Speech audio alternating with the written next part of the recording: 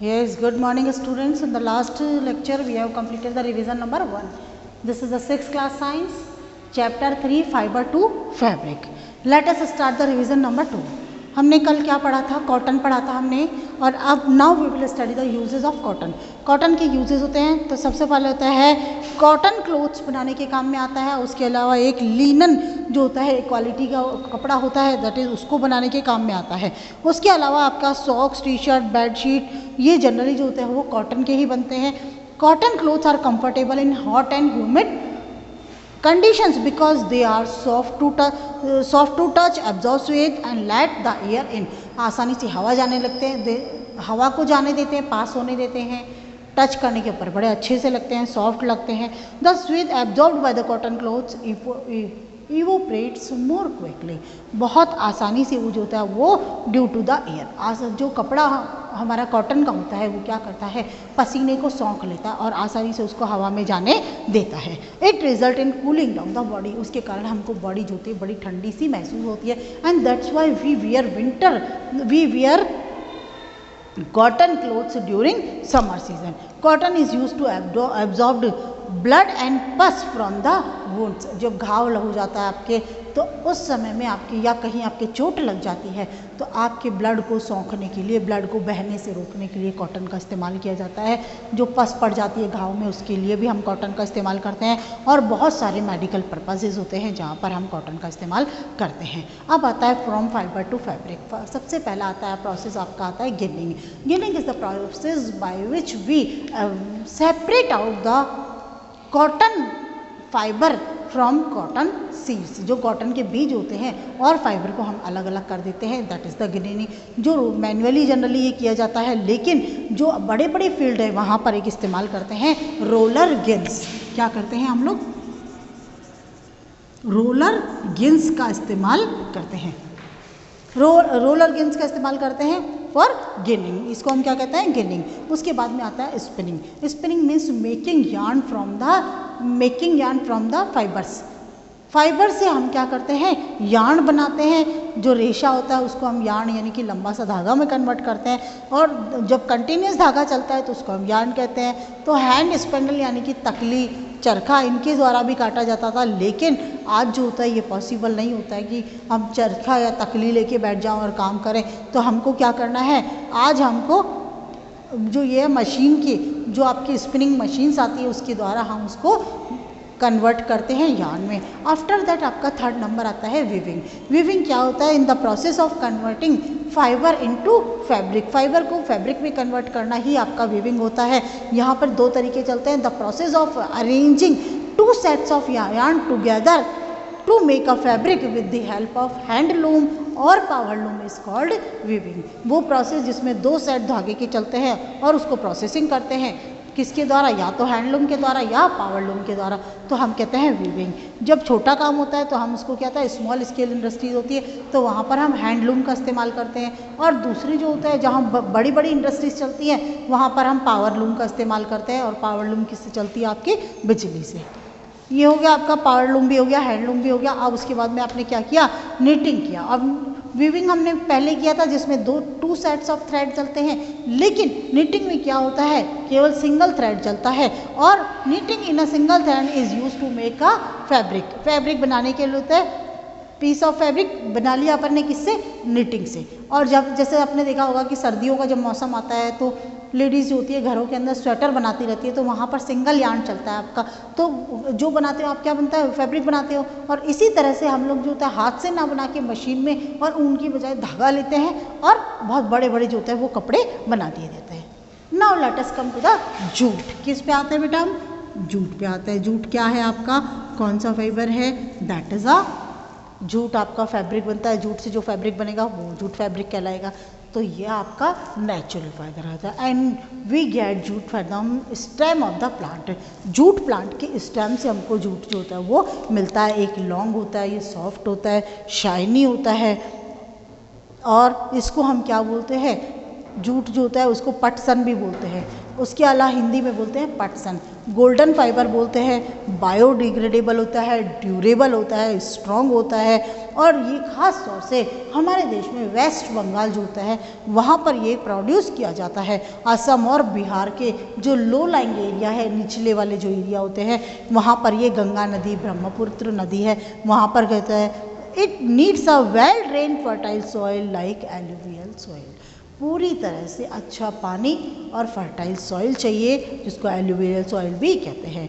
Hot और humid climate चाहिए, high rainfall भी चाहिए during the growing of the period. इसका जो ग्रोइंग पीरियड होता है उसके अंदर आपको बहुत तेज बारिश होनी चाहिए। कल्टीवेशन ऑफ जूट, जूट का अगर कल्टीवेशन करते हैं तो द सीड्स आर सोन इन मार्च और अप्रैल, वही कॉटन की तरह हमने जैसे करा था। It is rainy season crop, rainy season की क्रॉप है और जो होता है 10-12 फीट की इसकी हाइट होती है। देखिए 10 फीट हमारी छत की हाइट होती है जनरली, 10-11 इसके अगर, तो मतलब इतना बड़ा इसका हाइट होती है। इट बियर्स येलो फ्लावर, कौन से फ्लावर आते हैं इसमें? येलो फ्लावर आते हैं। और plants are cut during the flowering stage, इसके अंदर प्लांट को जो फ्लावरिंग स्टेज होती है उसी टाइम पौधे को काट दिया जाता है और बहुत अच्छी क्वालिटी का हमको ताकि जूट मिल सके। जो यंग स्टेम होता है वो बहुत शानदार होता है। तो द ओल्ड स्टेम बिकम जो hard and difficult to remove fibres from it, जो ओल्ड स्टेम होता है उसको इतना बंध जाता है, टाइट हो जाता है, उसमें से नहीं तो धागे मिल सकते हैं और मिलते भी है तो बहुत ज़्यादा टाइट मिलते हैं, बड़े कड़क से धागे मिलते हैं जो हमारे लिए काम के नहीं होते। तो उसके बाद में हम क्या कहते हैं, after the harvesting stalk of the jute plant जो होते हैं वो are tied into the bundle, बड़े बड़े बंडल बना दिए एंड लीव इट, है ना, इन द स्टैग्नेंट वाटर, यानी पॉन्ड में, तालाब में आराम से 20 दिन तक उसको रख दिया। उसके बाद में बैक्टीरिया जो होते हैं वो ग्रो एंड डिकम्पोज दैम, इस स्टैग्नेंट वाटर में बैक्टीरिया हो जाते हैं और उनको डिकम्पोज कर देते हैं। तो this is process is known as the retting process. Retting माने उसको पूरा का पूरा अलग कर देते हैं। और अब उसके बाद में हम उठा के करते हैं, जो चिकना सा गंदा सा चीज़ होता है उसको हटा देते हैं, रेशियो को हम लोग फाइंड आउट कर लेते हैं, निकाल लेते हैं। जो फाइंड करके हमने इतनी मेहनत से रेशियो निकाल लेते हैं, first of all we dried in the sunlight, सूरज की रोशनी में हम उनको क्या करते हैं, सुखा देते हैं। And tied into small bundles, these bundle are send to the mills, अब हम उसको मिल में भेज देते हैं। They are then spun and woven into textile, और उनको स्पन किया जाता है, फिर बुनाई की जाती है टेक्सटाइल मिल्स के अंदर। अब आपका आता है यूजेस ऑफ कॉटन। तो what are the uses of jute? Uses, पहली बात कि जूट किस काम में आता है। देखिए आज तो बड़ा फैशन चला हुआ है कि हर कपड़े में जूट की साड़ियाँ तक भी आ रही है, तो अभी अगर देखा जाए तो काफ़ी उसका डिमांड हो गई है। तो jute is the second most important fibre after the cotton, cotton के बाद सेकेंड मोस्ट है। अच्छा, गनी बैग्स और सैक्स बनाने में काम में आता है, SACKS, सैक माने बोरियाँ, गनी बैग्स भी यही होते हैं आपका, बोरियाँ। जो पहले आज हमारे पास में गेहूँ अगर में आता है तो क्या होता है, प्लास्टिक की बोरी में आता है। जो पहले हमारे पास गेहूँ आता था वो हमेशा गनी बैग्स में, यानी कि जूट की बोरियाँ होती है ब्राउन कलर की, उसमें आता था। High quality jute is woven into curtains, curtain बनते हैं, कारपेट बनते हैं, चेयर की कवरिंग बनती है और पैकेजिंग मटेरियल में भी काम में आता है। अच्छा, शॉपिंग बैग्स बनते हैं, टेबल मैट बनते हैं, जूट की बास्केट बनती है, ज्वेलरी भी आजकल जूट की बनने लगी है।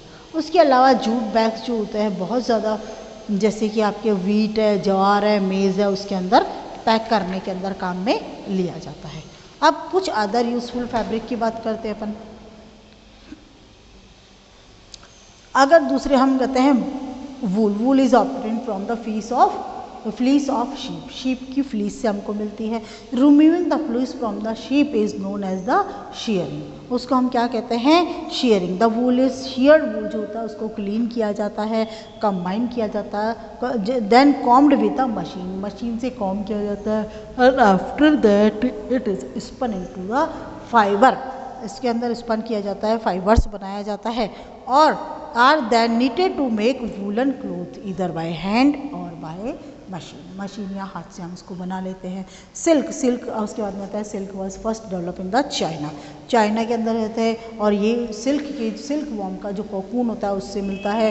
फर्स्ट ऑफ ऑल जो एडल्ट सिल्क वॉर्म होता है, कोकून होता है, उसको हम क्या करते हैं, first of all boil in the hot water में इसको बॉयल करते हैं। After that we kill the, मतलब इन दिस प्रोसेस जो वॉर्म हो जाए वो अंदर मर जाता है, तो then it is unwound to get the silk fibre, और उसके बाद में उसको हम क्या कहते हैं, खोलते हैं, सिल्क फाइबर लेते हैं। Rearing of silk for production of silk is known as the sericulture. What is the sericulture?